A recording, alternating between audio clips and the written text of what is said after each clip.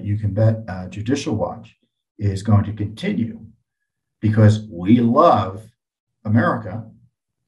We want to protect America. And you know what? We're also concerned about the illegal aliens who are being victimized by Biden's lawlessness.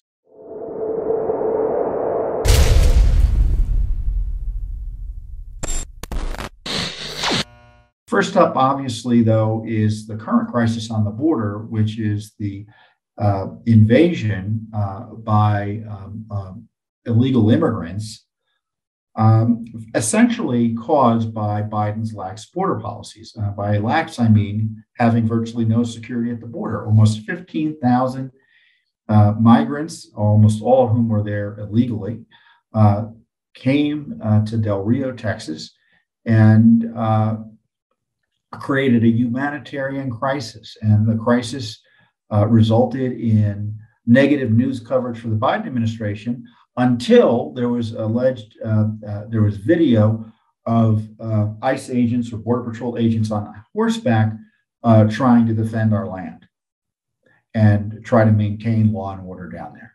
So what does the Biden administration go crazy about?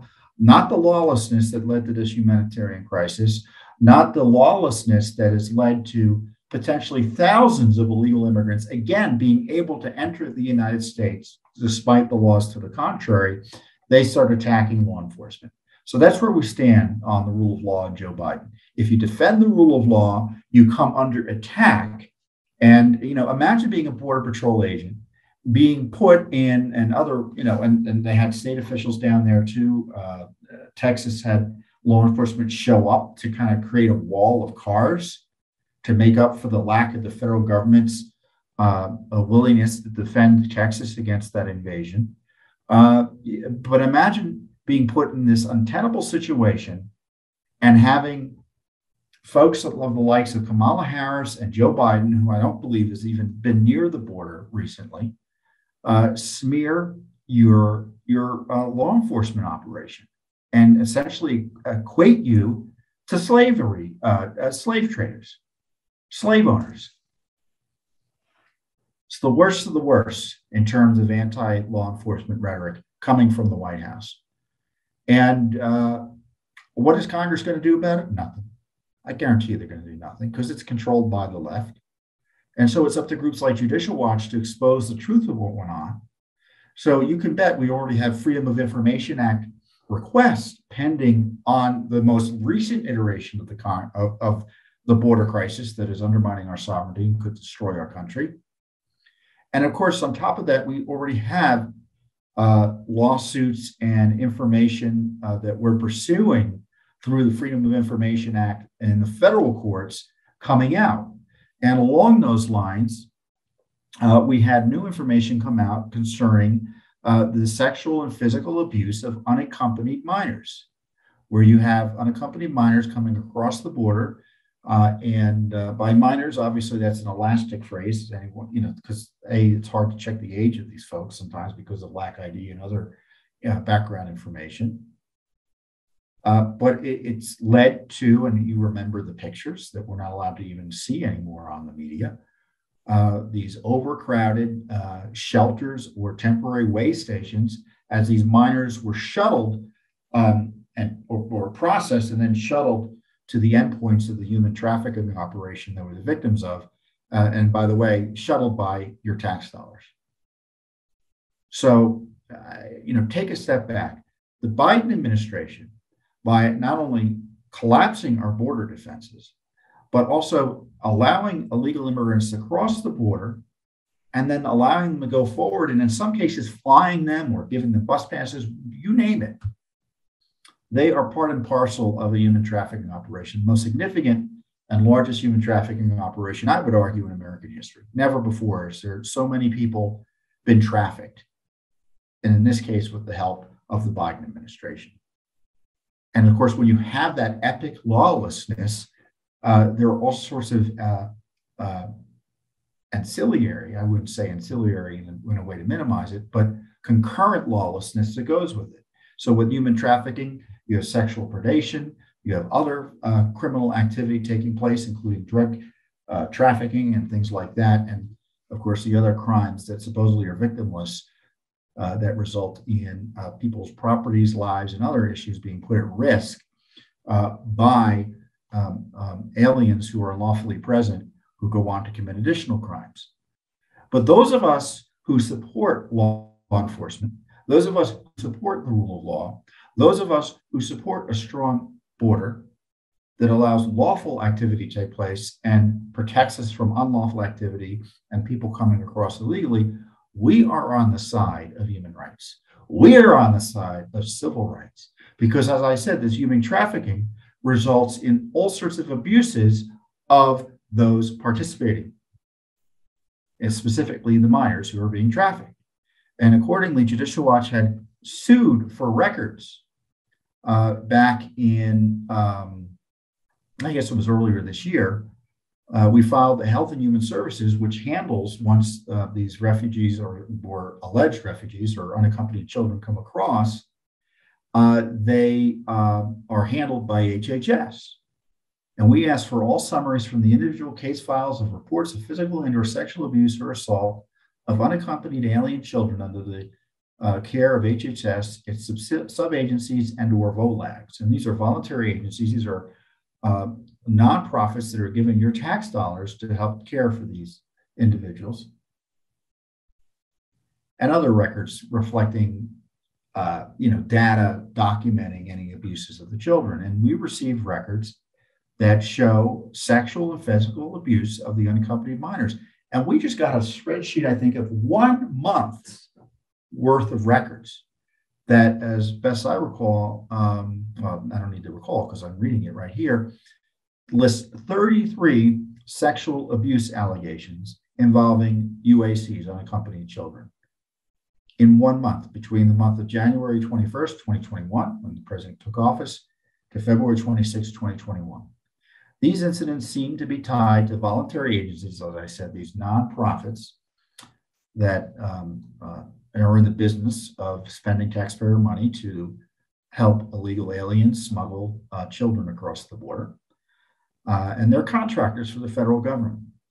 10 of the allegations of sexual abuse were made against staff and non-staff members. 21 incidents of children sexually assaulting other children while in government contracted care facilities were reported.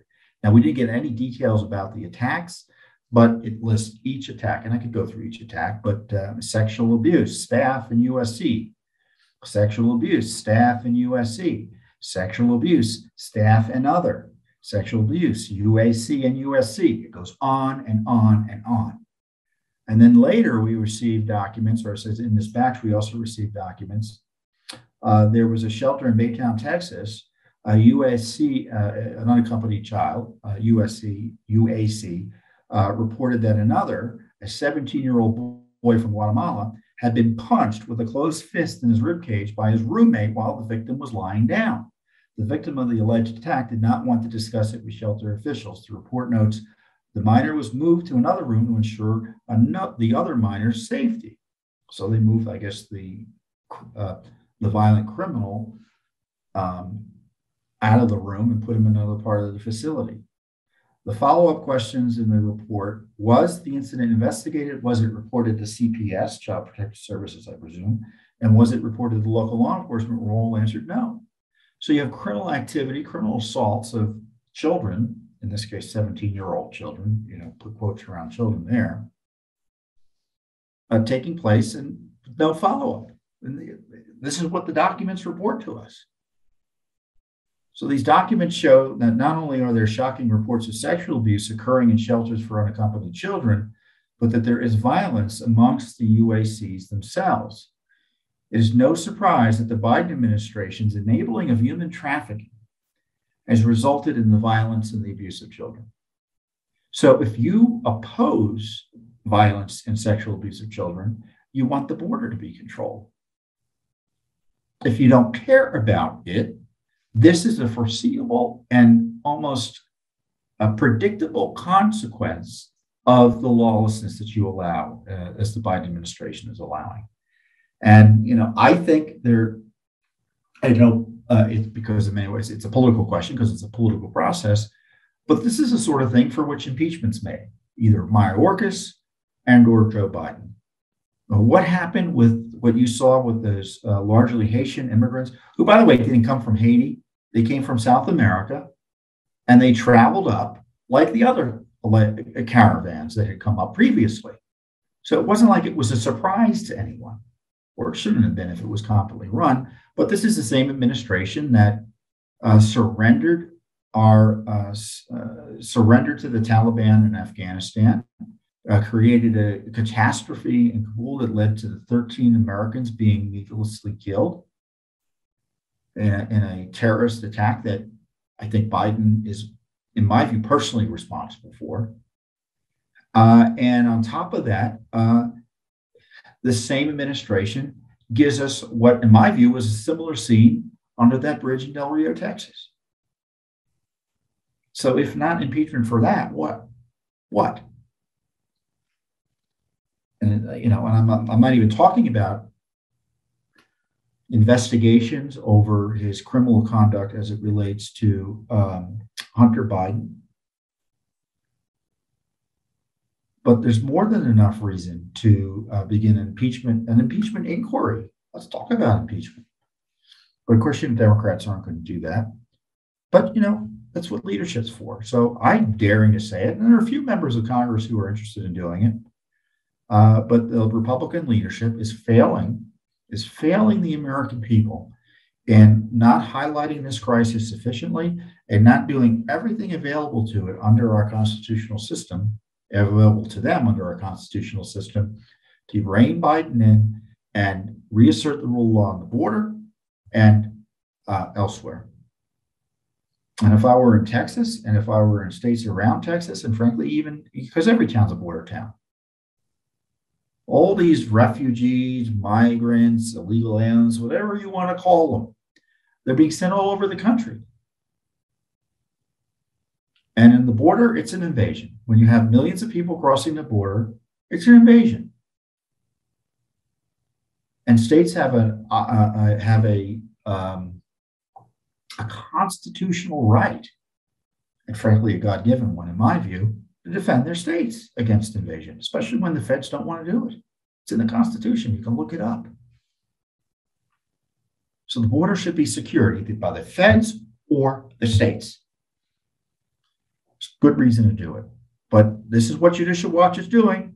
We're asking for the information, trying to get some accountability. So now we have evidence of sexual abuse. Now imagine if this type of material came out during the Trump administration, how media would respond. Fox News picked it up, and obviously we got a major outlet here through Judicial Watch's social media, which is as big as some, frankly, networks, big TV networks. But Congress isn't doing this work. Only Judicial Watch, again, is doing the heavy lifting to uncover the full truth about Biden's border crisis, truth that I would explain as Biden essentially assaulting immigration law. It's the worst assault on immigration law in American history by a sitting president. It's nothing comparable. Obama was bad. This is worse. So more is coming, and you can bet Judicial Watch is going to continue because we love America. We want to protect America. And you know what? We're also concerned about the illegal aliens who are being victimized by Biden's lawlessness. That's turned on this spigot for an unprecedented human trafficking operation that victimizes not only citizens, but these immigrants as well. So I don't want, and those of you who support our view, you should be proud of our work, proud of your support for the rule of law, because you're on the side of human rights. You're on the side of protecting the innocent, both citizens and non-citizens. So don't be scared off by the leftist mob who wants to cry racism and compare you to slavers, because you're trying to protect the rule of law, which protects everyone when it's upheld. Thanks for tuning in. Be sure to subscribe to our YouTube channel to catch all the latest news from Judicial Watch.